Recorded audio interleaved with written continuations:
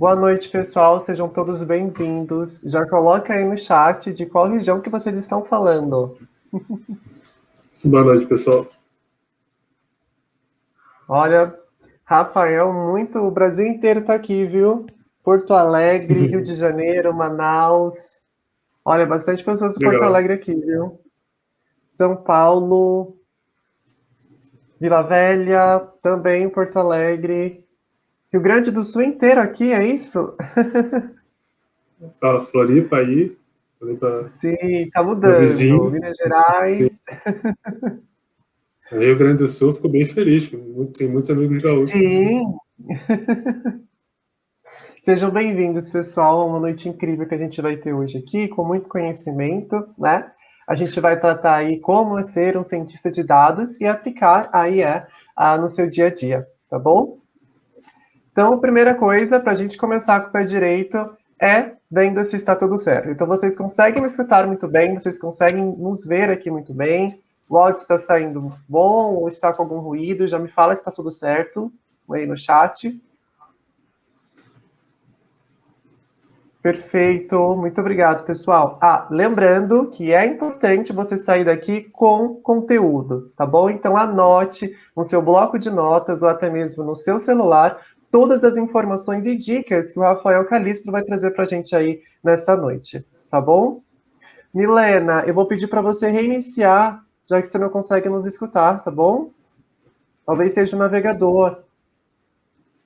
Bom, vamos continuar. E no final desse webinário, a gente vai ter um momento onde a gente vai fazer perguntas e respostas também, lembrando que fica gravado, tá bom?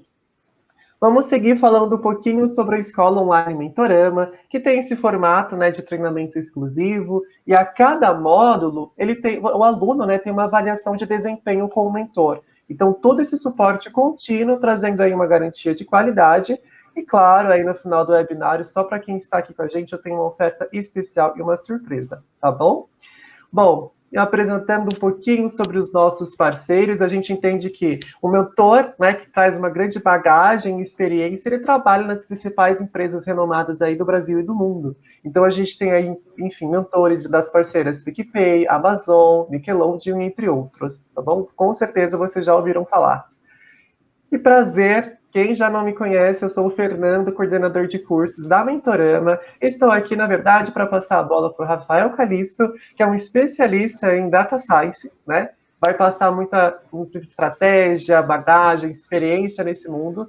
E, Rafael, agora é com você. Bom, obrigado, Fernando. Obrigado, Fernando, pela apresentação, e obrigado, Mentorama, pela oportunidade de também estar aqui.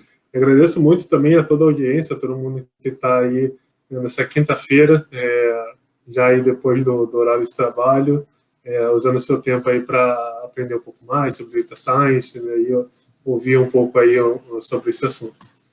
Bom, já consigo mostrar aqui os meus slides? O pessoal já está vendo? Okay, não, ainda não começou a compartilhar. Eu não compartilhei ainda, né? Agora foi. Agora sim, desculpa, gente. Então, vou falar um pouco aqui como ser um cientista de dados e aplicar IA em seus projetos, né? Primeiramente, me apresentando aqui, como vocês já sabem, meu nome é Rafael Calistro. Eu vi aí que teve gente de Nova Iguaçu e tal, então aí é meu conterrâneo, porque na verdade eu sou carioca.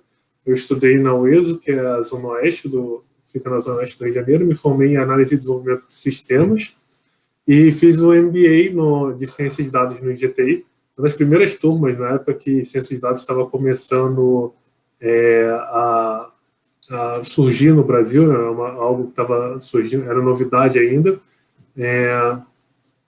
E atualmente eu faço mestrado na UFSC, né? E sou líder técnico e cientista de dados na Fundação CET, que é uma fundação de pesquisa e desenvolvimento de tecnologias, né? Bom, então já vou direto para começar com um pouco de uma parte técnica, né? Falando, eu quero me tornar cientista de dados, eu quero fazer ciência de dados. Então, que ferramentas eu posso utilizar? Né? Por onde eu começo, linguagem de programação? E, na verdade, existe uma linguagem que é muito popular entre os cientistas de dados, que é Python. Vocês podem ver ali que é esse símbolozinho aqui, duas cobrinhas aqui, né? Mas existem muitas linguagens que têm algo relacionado à ciência de dados. Então, existe a linguagem Java, que tem bastante biblioteca, principalmente relacionada a IA, né? Tem bibliotecas bem importantes relacionadas a IA. Já vou responder ali a pergunta do Thiago, se para trabalhar com ciência de dados é preciso ter formação, né, na área de informática. É bom, não é totalmente necessário, mas é bom, sim. E voltando, né, o Scala é uma linguagem baseada no Java, só que é uma linguagem voltada para desenvolvimento, principalmente, não só exclusivamente, mas principalmente dentro de um framework chamado Hadoop, que é um framework que é voltado para processamento de Big Data, informações de Big Data. Então, muitas vezes, quando você vai fazer ciência de dados em grande massa de dados, o Scala é muito utilizado porque o framework Hadoop é muito utilizado. Temos também uma linguagem de programação que é chamada R, que é uma linguagem muito utilizada por pessoas que são estatísticos, né, matemáticos e estatísticos. Tem muitas ferramentas para estatística. Tem Haskell também, que é uma outra linguagem que não é tão popular, mas ela é uma linguagem muito conhecida por matemáticos em si, né? Tem bastante coisa ali interessante. Python, como eu disse, é mais popular, e Julia, que é uma linguagem mais recente, mas que tem ganho muita relevância, principalmente por matemáticos e pessoas que lidam ali com ciência de dados. Vocês veem que eu falei em alguns momentos matemáticos, estatísticos, também houve a pergunta ali da formação, né? Não necessariamente o cientista de dados ele é uma pessoa da computação em si. Tem muitos cientistas de dados que vêm de áreas como estatística, matemática, né, engenharia, e a ciência de dados ela mistura bastante os dois conceitos, né? E aí eu já parto para o próximo tópico, né, que é quais as principais características de um cientista de dados, né? A pessoa ela é uma cientista de dados, ela quer trabalhar com dados, né? O que essa pessoa precisa ter, né? O que ela precisa gostar e tal. Então, uma coisa que é muito importante é a pessoa ter, vamos dizer assim, pelo menos gostar de matemática e estatística, né? Eu costumo dizer bastante, até como forma de piada às vezes, né? Porque, obviamente, às vezes, quando eu dou alguns furos também, eu falo que eu gosto de matemática, não necessariamente eu sei matemática. Então, estou sempre estudando matemática, estou sempre correndo atrás de aprender coisa nova, mas eu não tenho formação em matemática e eventualmente, né, tem algumas coisas que eu não sei, né? É comum, né? Então, mas eu tenho gosto pela matemática, pela estatística e é importante o cientista de dados ter esse gosto, porque tem muitas vezes que você vai ter que correr atrás de resoluções matemáticas para você conseguir realizar as atividades de um cientista de dados. O cientista de dados também precisa saber a linguagem de programação, né? Uma coisa que é bem comum, que é uma característica bem comum entre os cientistas de dados, são pessoas que eles têm uma ideia e eles pegam e fazem as coisas, né? Eles vão lá nos dados e tentam encontrar alguma coisa nos dados. Para isso você precisa saber programar, porque você precisa escrever o seu código ali e para que ele execute e consiga gerar aquela análise, né? Outra coisa, uma grande diferença entre o cientista de dados e pessoas de outras áreas é a questão de ter conhecimento de um negócio da empresa, né? É bem comum você ver até algumas pessoas que são mais aspirantes a cientista de dados, pessoas que não têm pouco tempo de profissão ali, elas se apegarem muito a fórmulas, a conhecimentos matemáticos em si, e na hora que você pergunta, mas no que isso vai ajudar na resolução do problema? Que a pessoa meio que não sabe dizer, né? Então, é importante. Eu sou muito chato com isso, sempre perguntar para a pessoa, quando a pessoa sugere alguma coisa, tá, e por que você está sugerindo isso? Por mais que até às vezes pareça óbvio.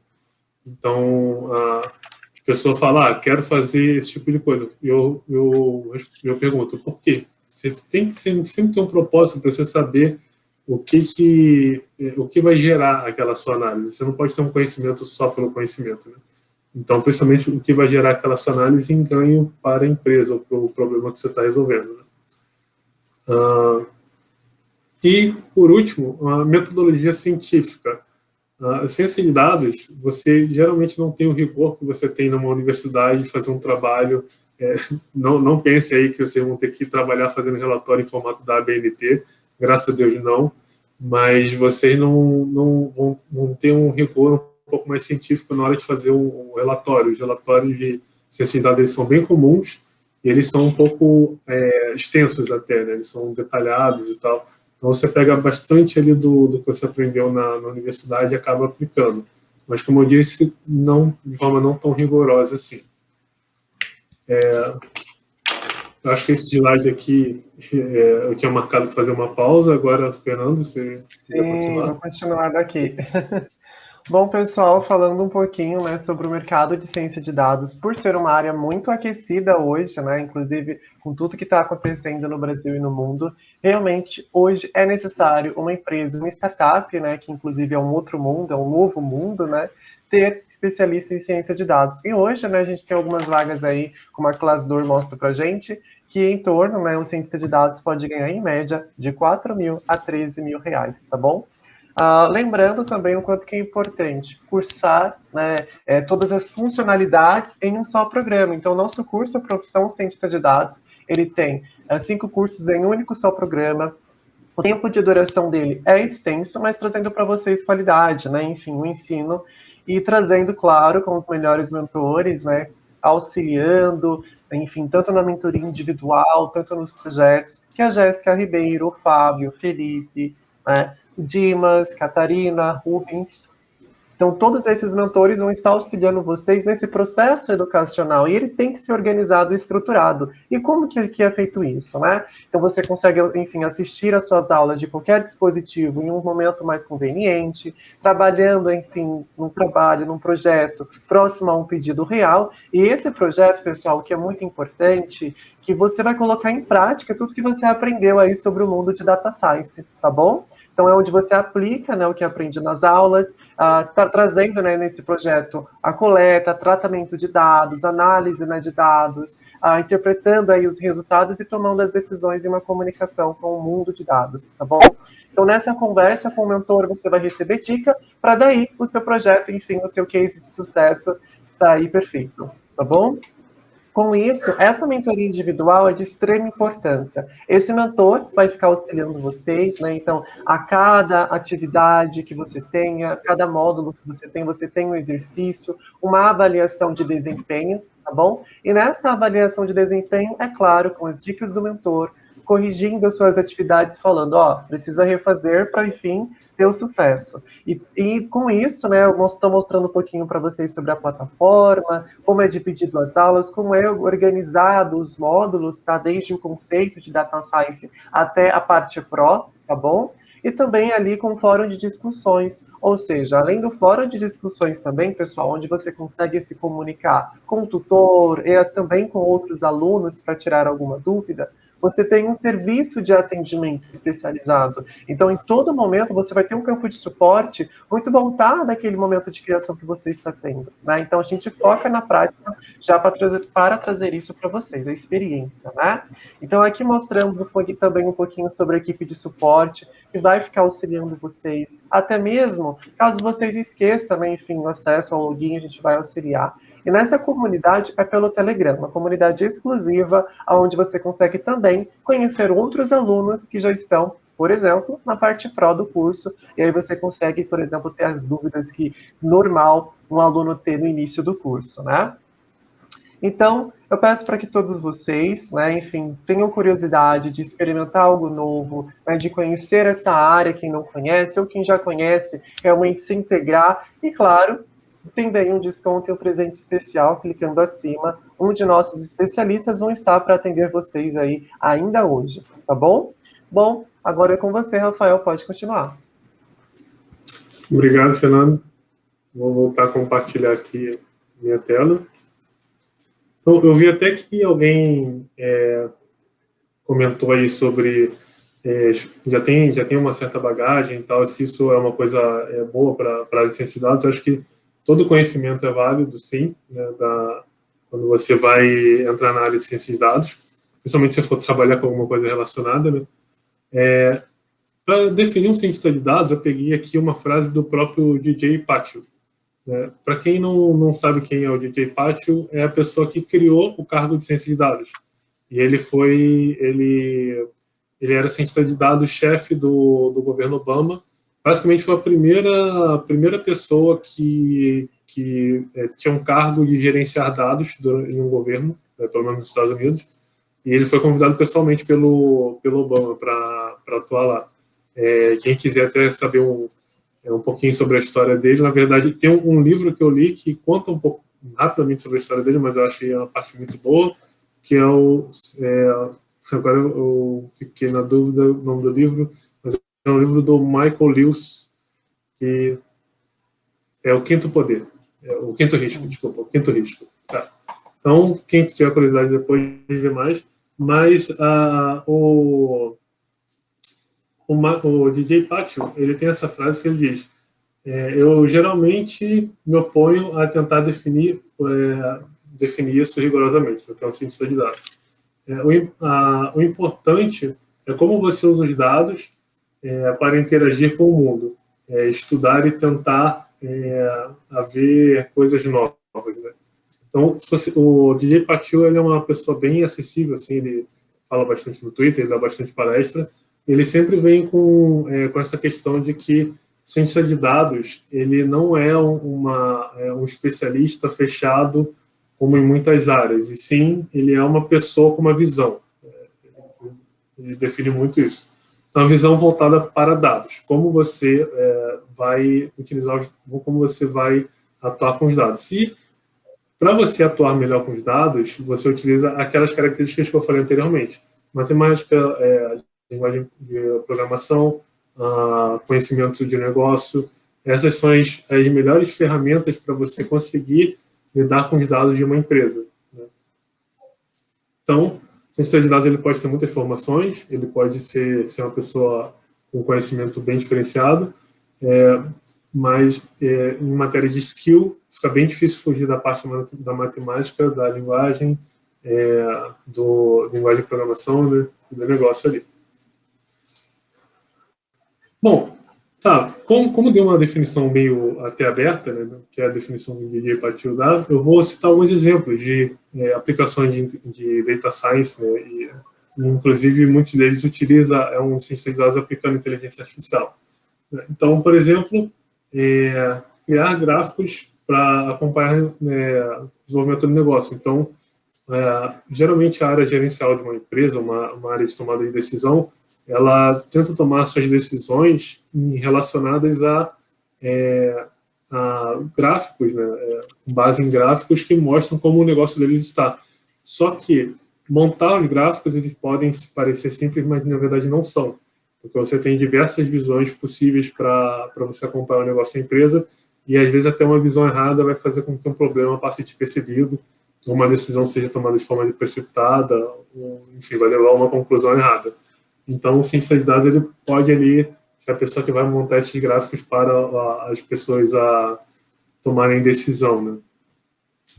Pessoal, nem todas as perguntas eu consigo responder agora, então, por favor, anote algumas aí para fazer no final, no QA.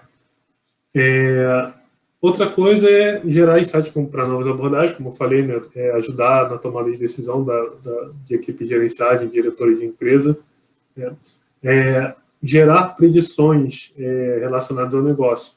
Um case muito conhecido é o case da Cisco, que, como os equipamentos dele, eles são muito sensíveis ao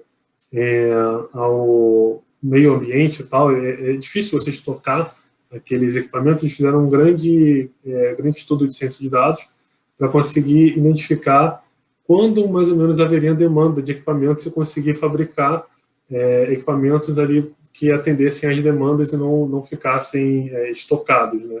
Eles pediam muitos equipamentos no estoque. E isso funcionou muito bem, eles conseguiram reduzir bastante custos com equipamentos que acabavam sendo prejudicados ali com o estoque, né? Outras áreas que um cientista de dados pode atuar, né? Analisar, coletando dados de aplicações diversas. Analisar dados coletados por aplicações diversas. Por exemplo, criando sistemas de recomendação, né?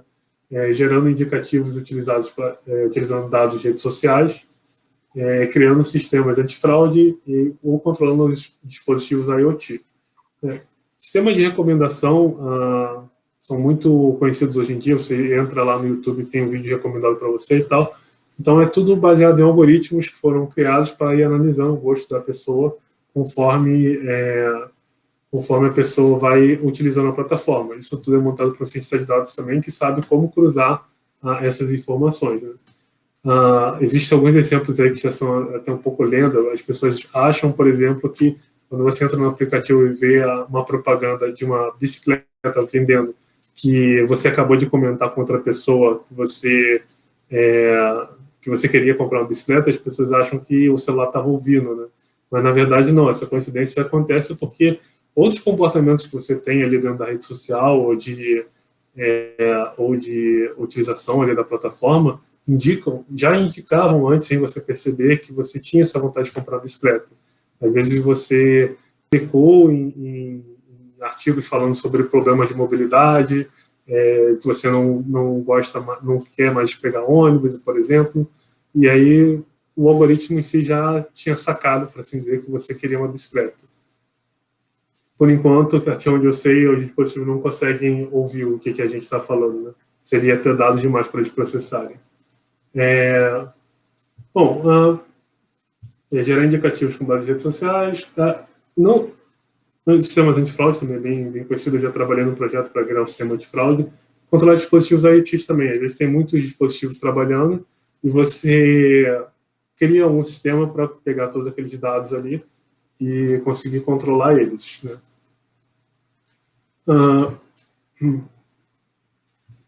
A aplicação utilizando inteligência artificial.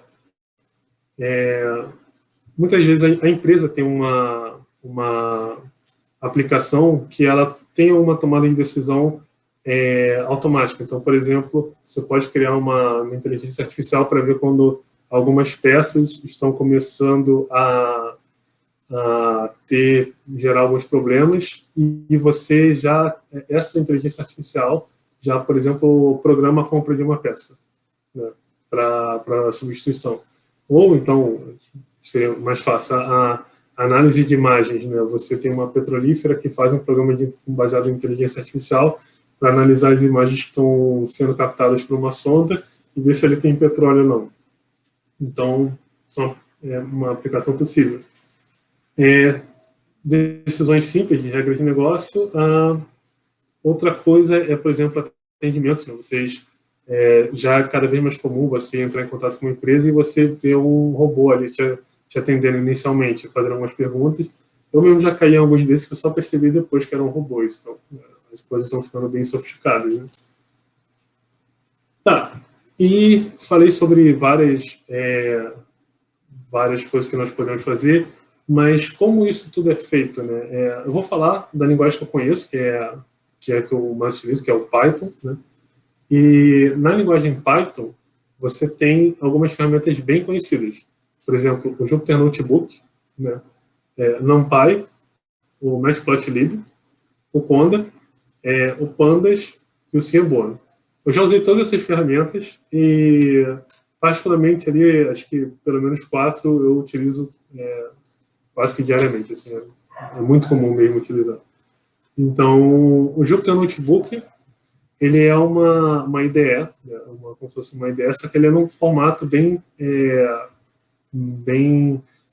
atrativo para um cientista de dados, porque você consegue fazer a programação quase que como um relatório como se fosse um relatório acadêmico mesmo, um relatório de universidade, né? Onde você vai colocando os espaços para gerar os códigos, e esses espaços vão gerando os códigos em si, vai aparecendo ali, mas também tem espaço para você fazer anotação e por aí vai. NumPy é muito importante, porque uma biblioteca muito importante, que ela, além de trazer várias ferramentas matemáticas, né, então, por exemplo, você na universidade, você aprende lá a fazer uma integral, uma derivada, e você pode até aprender na mão. O bom ali da universidade é que você vai entender bastante o porquê você aplica uma integral, uma derivada. Mas quando você programa, você chama uma função que ele já faz esse cálculo da derivada, da integral para você. E o NumPy, ele traz muitas essas funções matemáticas, né? Só que o NumPy ele traz um atrativo a mais, né? Ele é todo desenvolvido para ele ser muito performático, muito rápido. Então, você coloca vários cálculos complexos ali, ele consegue resolver isso com muita agilidade, com muita rapidez, né? Matplotlib, ele é uma linguagem para você plotar gráficos, né, para você gerar gráficos e tal. Vou fazer ali gráficos para indicativos de tomada de decisão. O Conda, eu tenho uma historinha que eu sempre gosto de contar do Conda, que o Conda é uma ferramenta muito utilizada que facilita muito a vida de cientista de dados, porque ele traz várias outras ferramentas com ele, e ele traz algumas coisas tipo um ambiente isolado para você conseguir fazer as aplicações e tal. Eu, particularmente, eu não conheço tanto do Conda, porque eu até certo ponto eu tinha uma certa implicância com o Conda, eu não gostava de assumir. E um dia, eu conversando com um colega meu, eu estava criticando bastante o Conda, e logo depois eu descobri que ele era um dos criadores do Conda. Então você vê, até uma ferramenta, um brasileiro foi criado, criou essa ferramenta, né, um dos criadores, e eu dei essa mancada enorme, né? Hoje em dia eu falo bem do Conda, porque eu conheço a pessoa, né, ele é uma pessoa super gente boa. Pandas é muito utilizado também. O Pandas ele funciona quase assim como se fosse uma planilha Excel, sabe, dentro da linguagem de programação. Então você consegue trabalhar com tabelas ali, ele traz várias funções automatizadas que são muito fácil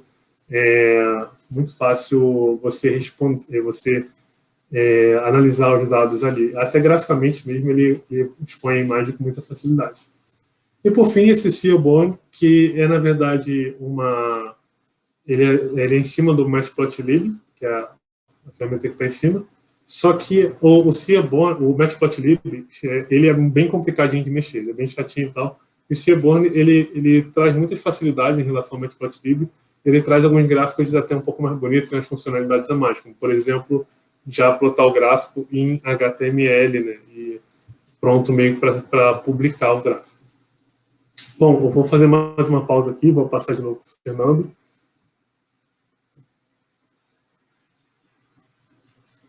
Fernanda, acho que você está no mudo. A gente não consegue te ouvir. Pronto. Bom, pessoal, falamos sobre o nosso programa, né, do curso Profissão Cientista de Dados, que é muito importante para vocês, pessoal, um pouquinho sobre os módulos também.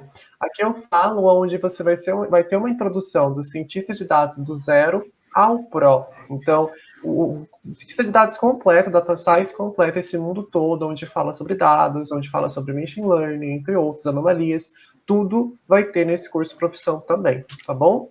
E vamos seguindo um pouquinho mais, também para os módulos do cientista de dados do 0 ao Pro, e os complementos, porque o SQL, sendo banco de dados, acabou seguindo muito, enfim, um cientista de dados na hora de armazenamento. E dando uma continuidade, esse é o seu currículo após a conclusão do curso, com as suas principais habilidades, tá? Então, de extrema importância também, sendo aí um cientista de dados especialista na área. Falando também novamente, eu peço para que vocês entrem em contato conosco. Além disso, temos outros cursos da Mentorama, né? Na área de programação, a gente tem análise de dados, cientista de dados, a gente tem, por exemplo, Python, temos Java, enfim, entre outros cursos de programação, tá? Inclusive para quem quer ser um desenvolvedor web. E na área de game também, a gente tem cursos focados em Unreal e outras ferramentas. Na área de design, já é ligado à experiência do usuário. Então, é importante que vocês se inscrevam para ter também essa orientação profissional, tá bom? Então, você vai ter um suporte contínuo já no começo ali, enfim, da sua pesquisa, para ver qual curso realmente é mais adaptado a você nesse momento.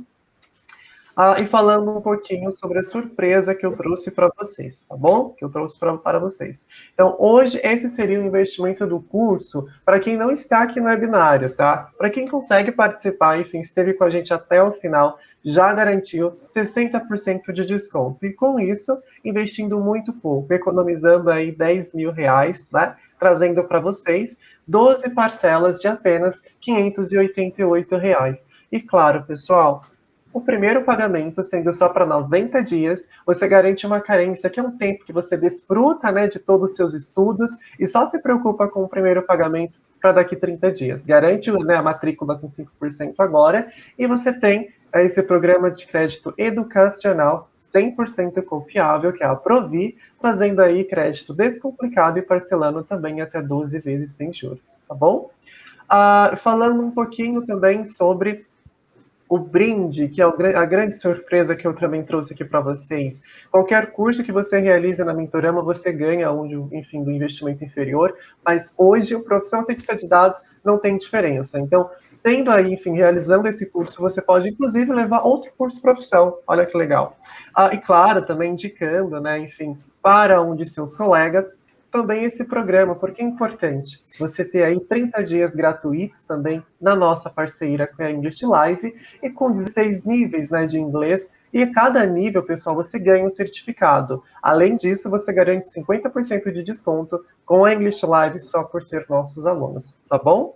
Falando um pouquinho também sobre o centro de carreira. Por que é importante você falar com um especialista, ter uma orientação profissional, tá? Durante aí a sua jornada de curso, você vai ter 4 orientações, né, de carreira por ano, participando aí de discussões sobre a situação do mercado, além de receber dicas aí exclusivas, né, como criar um currículo e um portfólio de sucesso, pessoal. E claro, vocês terão também no final do curso, né, 6 workshops. Além disso, participará, enfim, de um time, né, compartilhando ideias, com projetos, enfim, com outros alunos, e também participando de competições. Com a Mentorama, esses projetos, enfim, traz a você um clube de discussões e muito mais. Tá bom? E um momento também que você tem aí com o teu mentor de sessões online. Então é importante, pessoal, que vocês cliquem, conheçam um pouquinho sobre o conteúdo, garantam esse desconto especial e vamos mudar de carreira. Pense no futuro, né? A Mentorama sempre está aí com a profissão mais procurada e, claro, a profissão do futuro. Tá bom? Bom, dando continuidade, pode seguir aqui, Rafael? Sim, vou voltar a compartilhar aqui o meu slide. Bom, agora eu vou falar um pouco sobre as ferramentas de IA, né, na verdade, ainda falando sobre Python, né, como eu falei que eu domino mais, até tenho algum conhecimento de outras ferramentas de outra linguagem, mas primeiro, para não correr o risco de falar besteira, prefiro não falar. Segundo, também porque tem bastante coisa a falar de Python, prefiro, então, focar ali no que eu já conheço, né, que eu consigo falar melhor. Então, bom, quando a gente fala de inteligência artificial, na verdade, inteligência artificial é algo bem amplo, né? E você tem muitas coisas dentro da inteligência artificial. Para começar, você tem 2 áreas ali, que são as mais conhecidas, que é Machine Learning e Deep Learning. São 2 técnicas, na verdade, de você conseguir gerar decisões automaticamente, né? Gerar regras ali automaticamente através de uma, vamos dizer assim, um cálculo matemático, né? Uma ferramenta ali baseada em matemática. E falando em Machine Learning primeiro, né? Machine Learning, na verdade, existem muitas e muitas técnicas de Machine Learning, que eu vou citar alguns exemplos aqui, mas eu imagino que a grande maioria não conheça. Então, você tem o KNN, que é para você ver a proximidade entre grupos ali similares, né? Você tem o SVM, Support Vector Machine, que é para você traçar uma linha de distinguir entre 2 tipos de valores diferentes ali. E, bom, você tem bastante outras ferramentas ali, né? E o Scikit-Learn é uma biblioteca que ele traz várias várias funções que executam estes cálculos, né, automaticamente. Só que o problema hoje em dia é que muita gente fala de IA e tal, só que muita gente quer trabalhar com IA, só que IA não é tão simples assim, não é tão simples como a maior parte do que a gente tem de computação hoje, de programação. Você tem que saber como utilizar as ferramentas, porque você não pode fazer tudo, aquilo ali não é aplicável a tudo. Você, primeiro, pode gerar um resultado completamente errado, né? A função pode nem rodar, né? E outra que é bem comum você ver no mercado, até as pessoas que sabem utilizar isso, você acaba vendo pessoas que fazem o que a gente chama de garbage in, garbage out. Então, você não sabe colocar os dados direito ali e o seu resultado vai sair bem contaminado também, né? Então, machine learning, inteligência artificial como um todo, você precisa ter um pouco de domínio ali sobre o que você está fazendo. Outra coisa que outra técnica muito comum na inteligência artificial é a Deep Learning. Então, temos duas ferramentas bem conhecidas de Deep Learning, que é o TensorFlow, que é um algoritmo, na verdade, criado pelo Google. E para o Python, você ouve falar muito de TensorFlow, mas se você procurar uma biblioteca chamada TensorFlow no Python, não tem. Quer dizer, na verdade, acho que até tem, mas o que você utiliza não é o chamado TensorFlow, é o Keras, que é uma interface para você conseguir utilizar esse TensorFlow, né? Meio complicadinho, mas depois de um tempo a gente consegue pegar.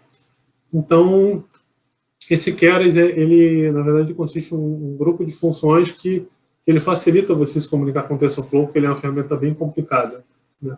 E ele faz o chamado Deep Learning, que também é uma outra técnica de inteligência artificial, essa cada vez mais conhecida, cada vez mais utilizada, mas igualmente também você tem que saber ali o que você está fazendo para fazer o TensorFlow. Hoje em dia, para você rodar o Machine Learning, você não precisa ter um computador tão poderoso assim, mas um TensorFlow o TensorFlow é aquela ferramenta que muita gente utiliza a GPU para rodar e tal, porque tem que ter um computador poderoso para rodar ali os processamentos. E tem uma outra ferramenta também, com a PyTorch, também, que é voltada para Deep Learning, que é bastante utilizada, e ela já é um pouco mais recente que o Keras ali, então ela tem algumas coisas a mais, né, em matéria de Deep Learning. Só que você também tem outras ferramentas que são utilizadas para tipos de inteligência artificial, né? Então, Machine Learning e Deep Learning, com essas ferramentas que você tem até o momento, são dados que você coloca, ele vai analisar e vai gerar um chamado modelo, que sempre quando você der um novo input, ele vai dar uma resposta, aquilo ali. Um exemplo muito simples para vocês entenderem como isso é feito,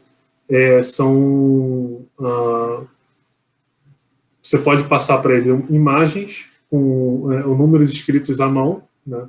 E você treina um modelo para ele saber reconhecer que aquele número escrito à mão é um 5, por exemplo, ou é um 6, ou que número você escreveu à mão, né?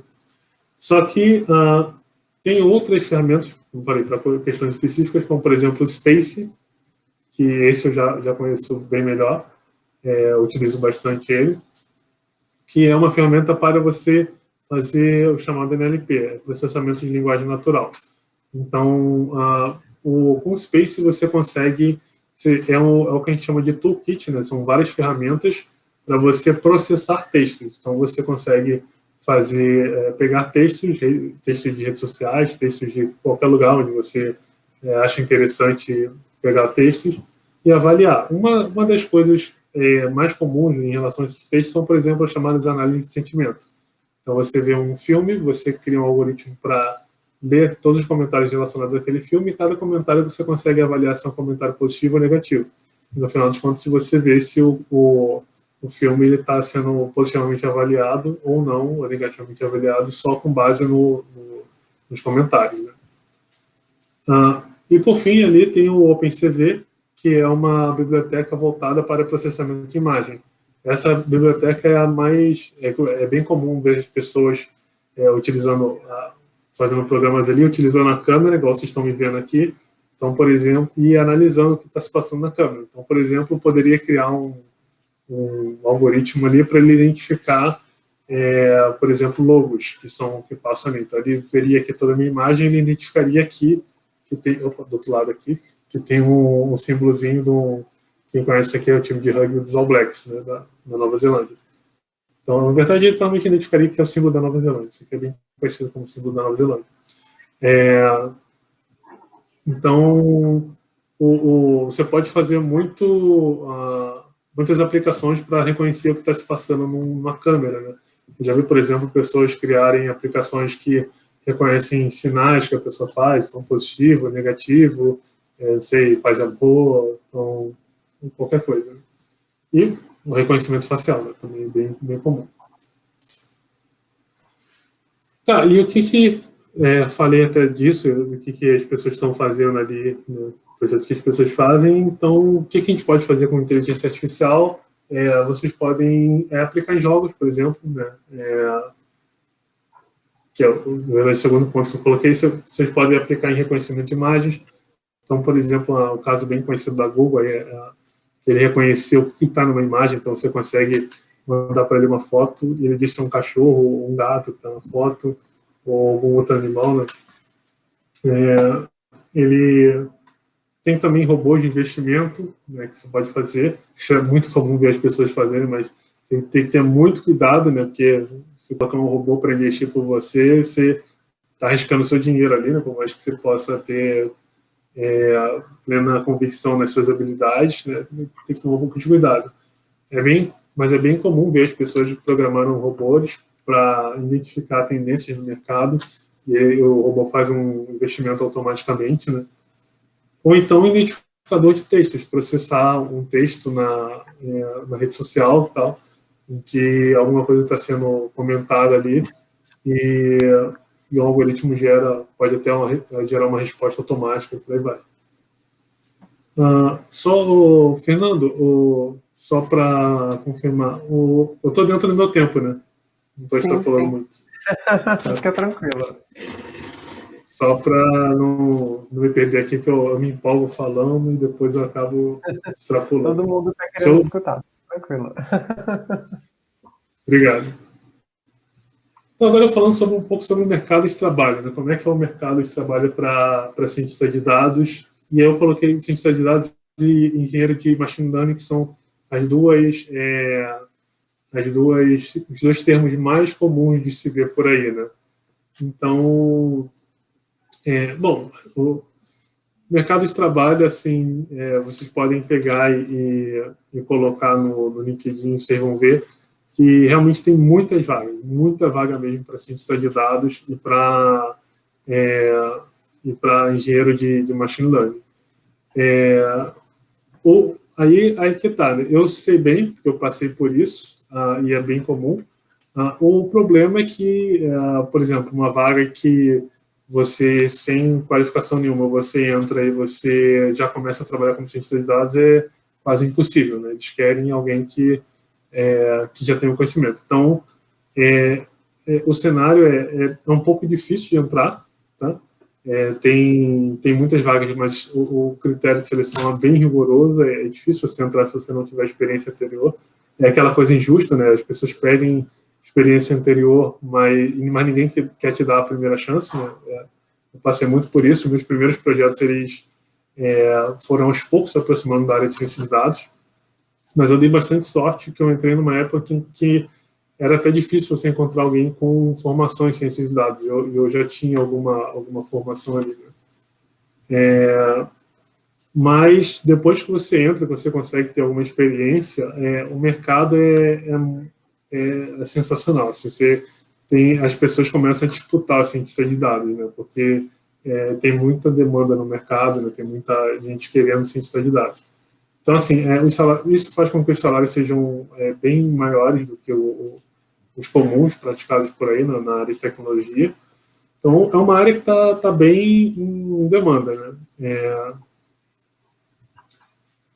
Até a Juliane que falou de R para ciência de dados, sim, tem bastante vaga que só exige R, tá? É uma vaga também que é uma boa oportunidade para a pessoa buscar oportunidade fora do Brasil, quem tem interesse em sair do Brasil também, que é uma área em demanda no mundo inteiro. Só que aí entra o detalhe, né, o porém. O que eu recomendo bastante é uma área em que você tem que entrar se você souber que você é a pessoa que vai estar disposto a sempre estudar. Porque é uma área de constante aprendizado, de estudo, é uma área em que você uma área nova, então está sempre surgindo coisa nova, está sempre surgindo coisas diferentes para aprender.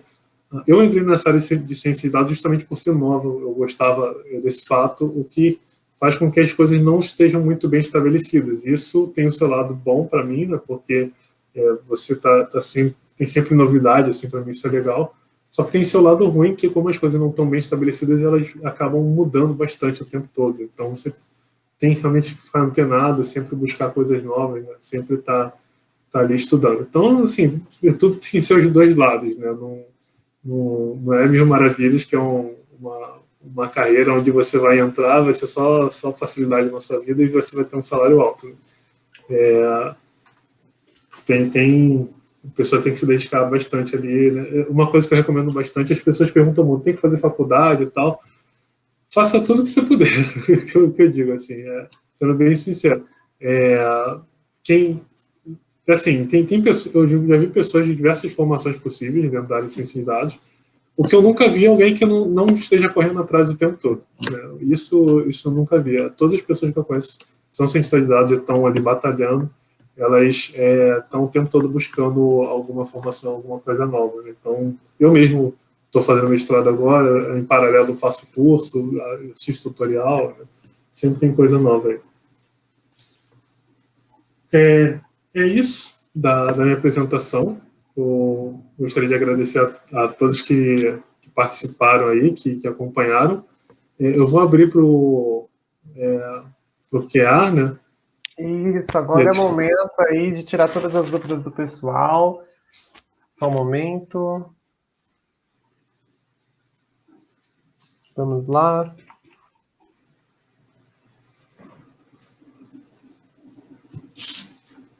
Essa é muito boa.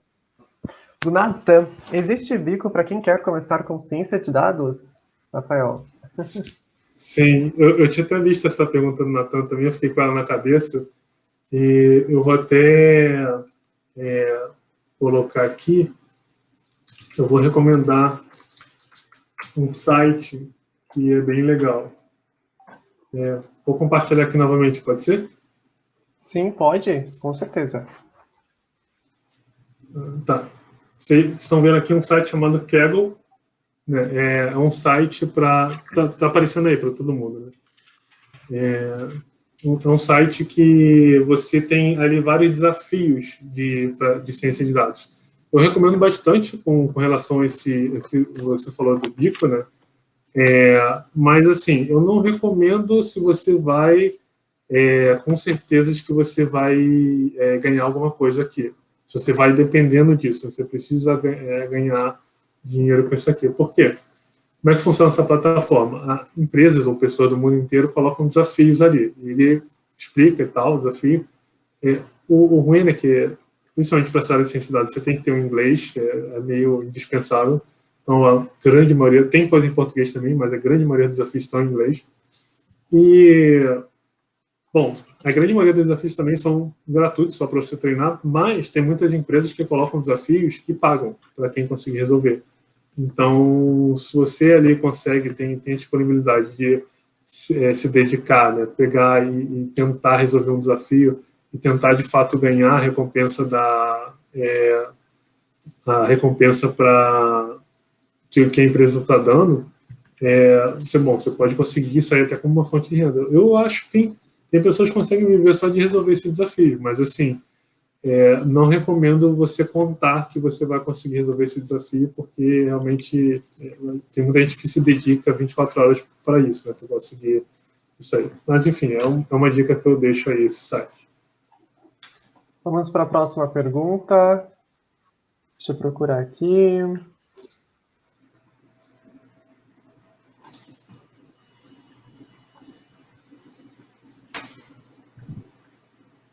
Peraí. Nossa, muitas perguntas. Eu vi bastante pergunta, tô achando bem bacana. Sim. Deixa eu colocar aqui, porque às vezes eles não colocam ponto de interrogação.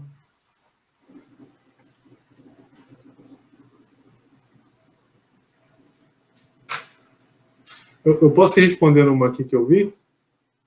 Pode. Eu não consegui ver de quem é exatamente, mas acho que é da Julie. Sim. Pode falar. Tem um aqui que eu vou ter que falar, porque a pessoa não colocou só um ponto de interrogação, e é muito importante.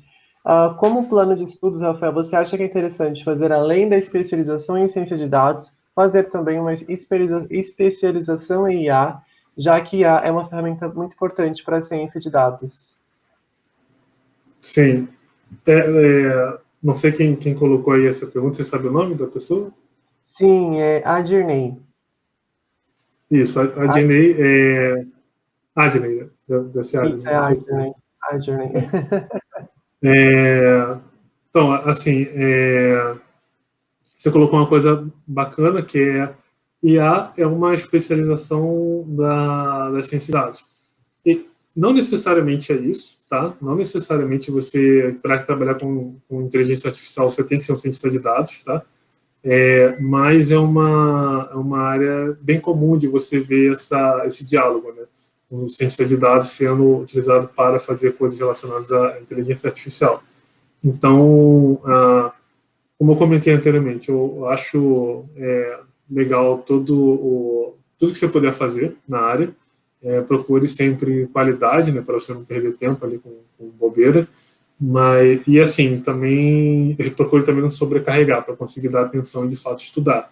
Mas é válido sim, o máximo de ferramentas que você conseguir ter vai ser útil para você e também vai se tornar um diferencial, tá? Futuramente, quando você estiver tentando entrar em alguma empresa.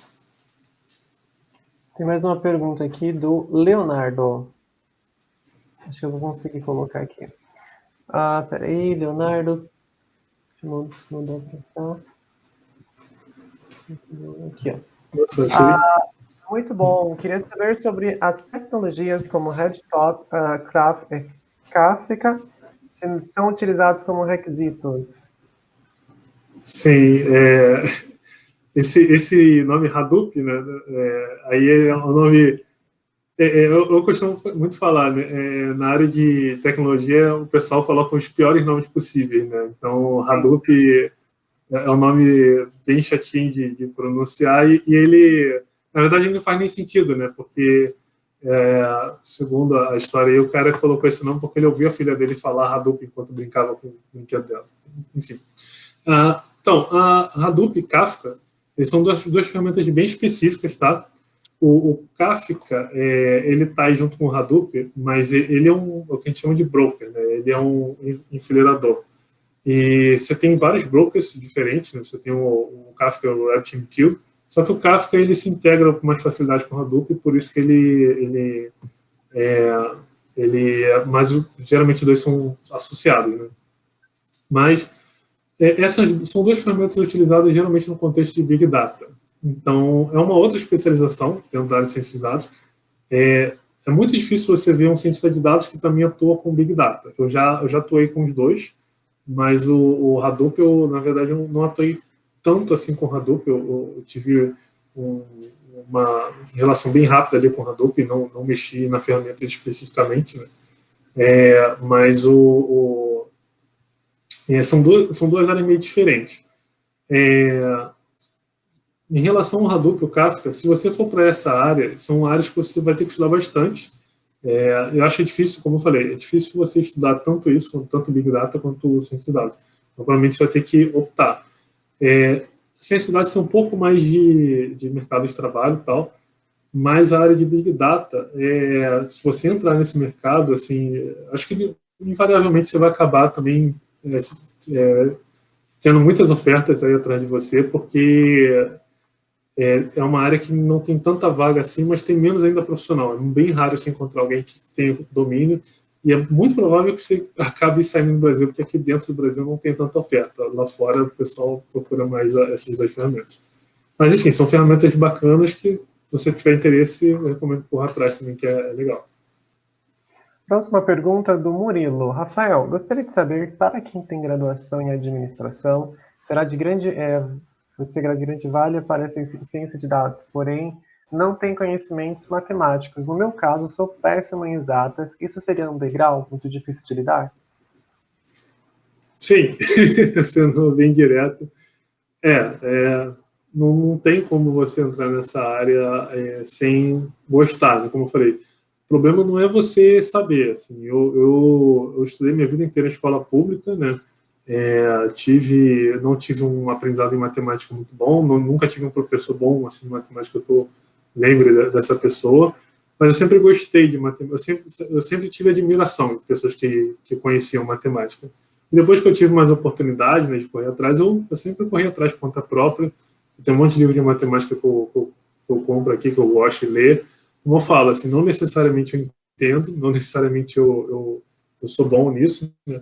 Mas você tem que, pelo menos, ali pegar o gosto, porque é necessário entender os conceitos matemáticos ali por trás, senão você não consegue entender o que está por trás de ciência de dados, você não consegue resolver muitos problemas que se tem ali, né? Então, estatística, por exemplo, em ciência de dados está presente o tempo todo, né? Então, assim, respondendo a primeira parte da pergunta que eu não tinha falado antes, a administração é um plus, sim.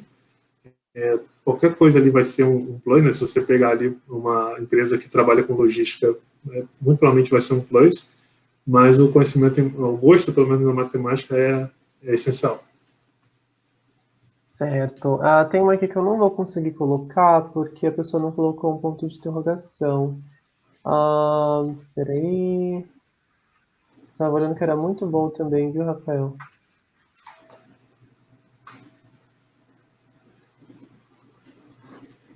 Era mais tratando, eu entendi a pergunta e vou falar para você, porque eu não sei se eu vou conseguir encontrar. A pergunta era assim, sobre o mercado de ciência de dados, trabalhar remoto e presencial, existem oportunidades para o trabalho remoto, por exemplo, ainda mais nessa época de pandemia? O que você acha?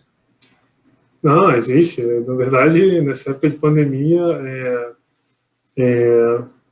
acho que quase todo mundo está trabalhando remoto, é muito difícil. Eu não conheço ninguém que não esteja trabalhando remoto nessa época de pandemia. Eu estou trabalhando remotamente, olha, moro bem próximo da empresa. E é muito comum também, eu tenho muitos colegas meus que trabalham com ciência de dados que estão trabalhando para empresas, na verdade, de outros países, né? Então, a pessoa está aqui no Brasil, mas trabalha para uma empresa americana ou europeia e tal.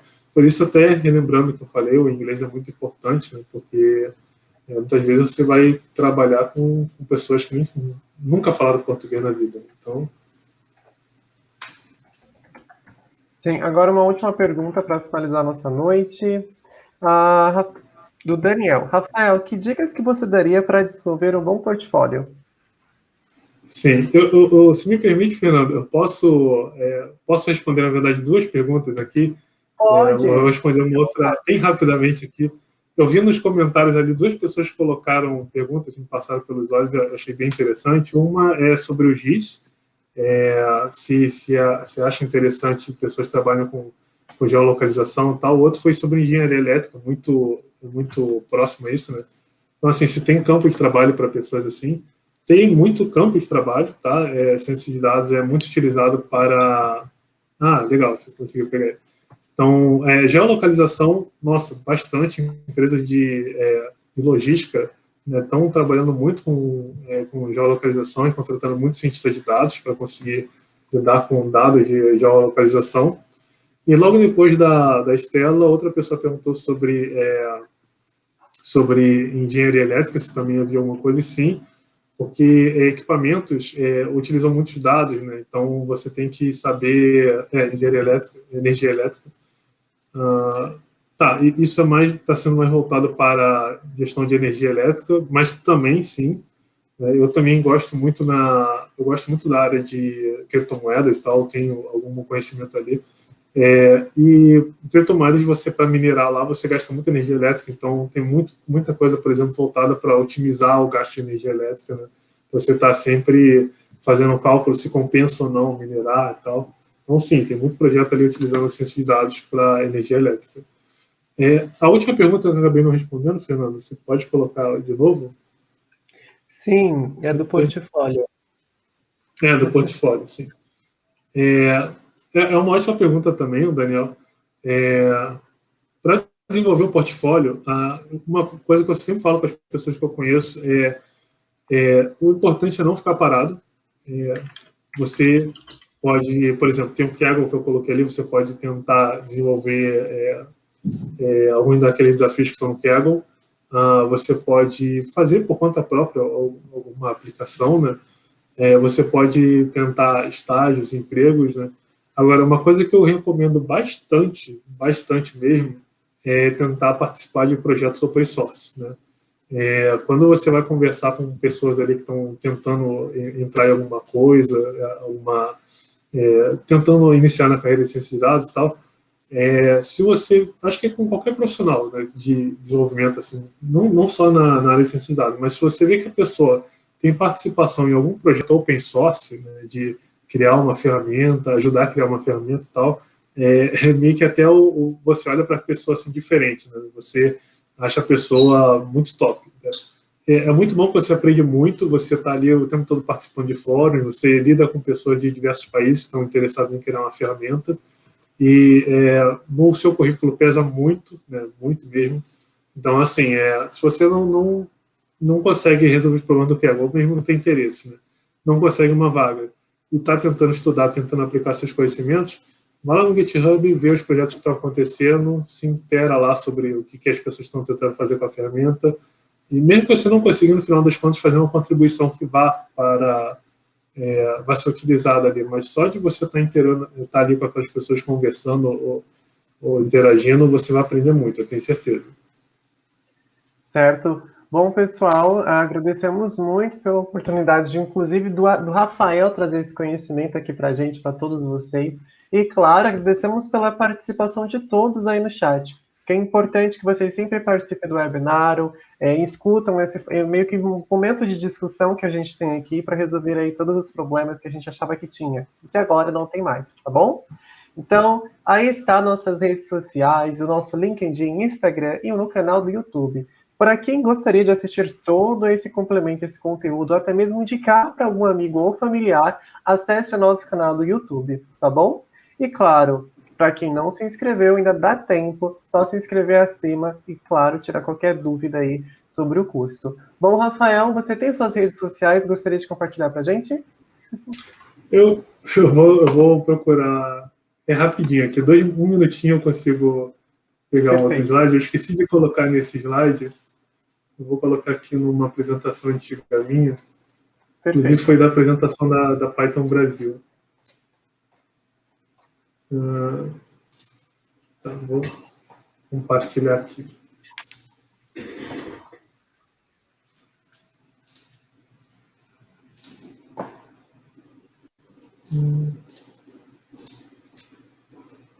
Tá, então, tirem print aí se vocês quiserem, tem minhas redes sociais, o Twitter, LinkedIn, eu adiciono lá todo mundo. O GitHub, desculpem, tá uma bagunça, tá? Mas eu tento colocar o que eu posso lá, Telegram, se quiser falar diretamente comigo, e as minhas palestras eu coloco todas elas no Stack Overflow, no Speaker Deck. Bom, pessoal, então tirem aí o print, qualquer dúvida também que vocês tiverem, vocês também podem solucionar, enfim, clicando acima ou até mesmo no nosso canal do YouTube, nossas redes sociais também. E, claro, podem procurar o Rafael, entender um pouco mais sobre o trabalho dele, sobre a experiência que ele vai também dar para vocês aí no futuro, tá bom? Então, desde já agradecemos muito pela participação de todos. Qualquer dúvida, estamos à disposição e tenham uma excelente noite. Muito obrigado, Rafael, pela oportunidade. Eu que agradeço. Boa noite a todos.